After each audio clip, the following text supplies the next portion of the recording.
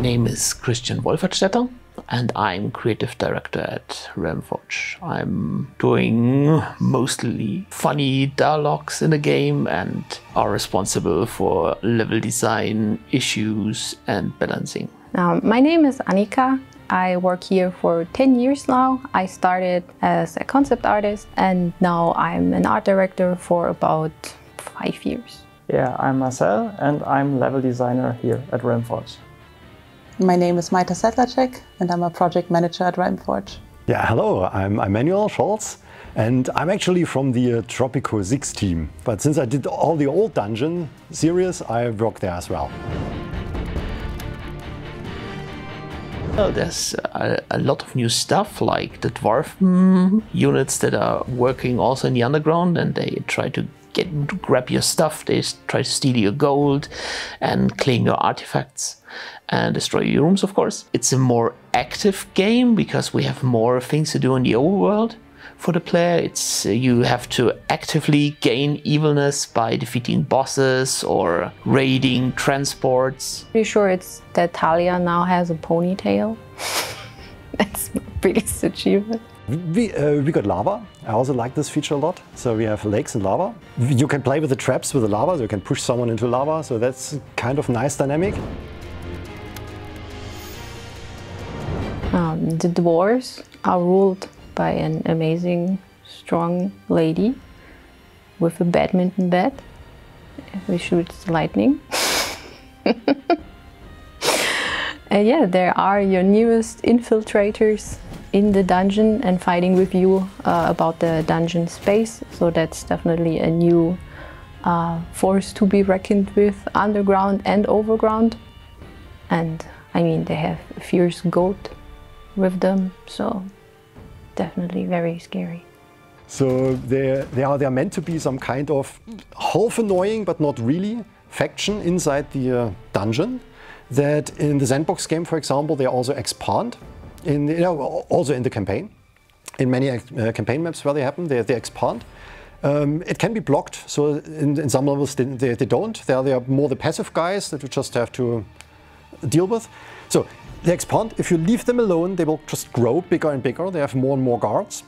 Yeah, they also mine your stuff. So if you just leave them too long alone, they may just start mining your gold and then bring it to their treasury, which, by the way, you can loot. So if you try to find a way to get to the treasury, then you can just go there and then just grab the gold and then let them mine for you a bit. Usually it's probably hard because treasuries is not easily accessible. So dwarves are already featured in Dungeon 3 with the Dwarf King Grimly. Now we have a Dwarf Queen, Brynhild, who is also a story enemy in Dungeons 4.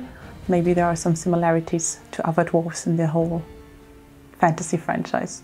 They're up for your beer, for example, and they will make you a hard time sometimes in the dungeon because they're living there too and they want to have their share from mana and gold. It's a subtle and difficult process, I think.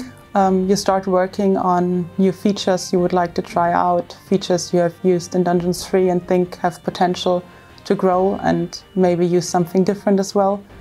But you have to stop at every corner and check again, okay, is that still working for Dungeons? Will there be a feature that can help you? Is it too far from the original? Is it new enough? Is it too new? Yeah, it's just constantly checking and reflecting, what are you doing? At first we grabbed everything from Dungeons 3, then beat it to death because it wasn't working with bigger dungeons and more creatures. Well, it's definitely also the size of the dungeon, getting it all kind of visible in the minimap as well, and managing, of course, the resulting amount of more creatures. Okay, there's maybe not a fact, but it was a funny bug we had a while ago when suddenly a Christmas tree always came into the dungeon and started attacking our creatures.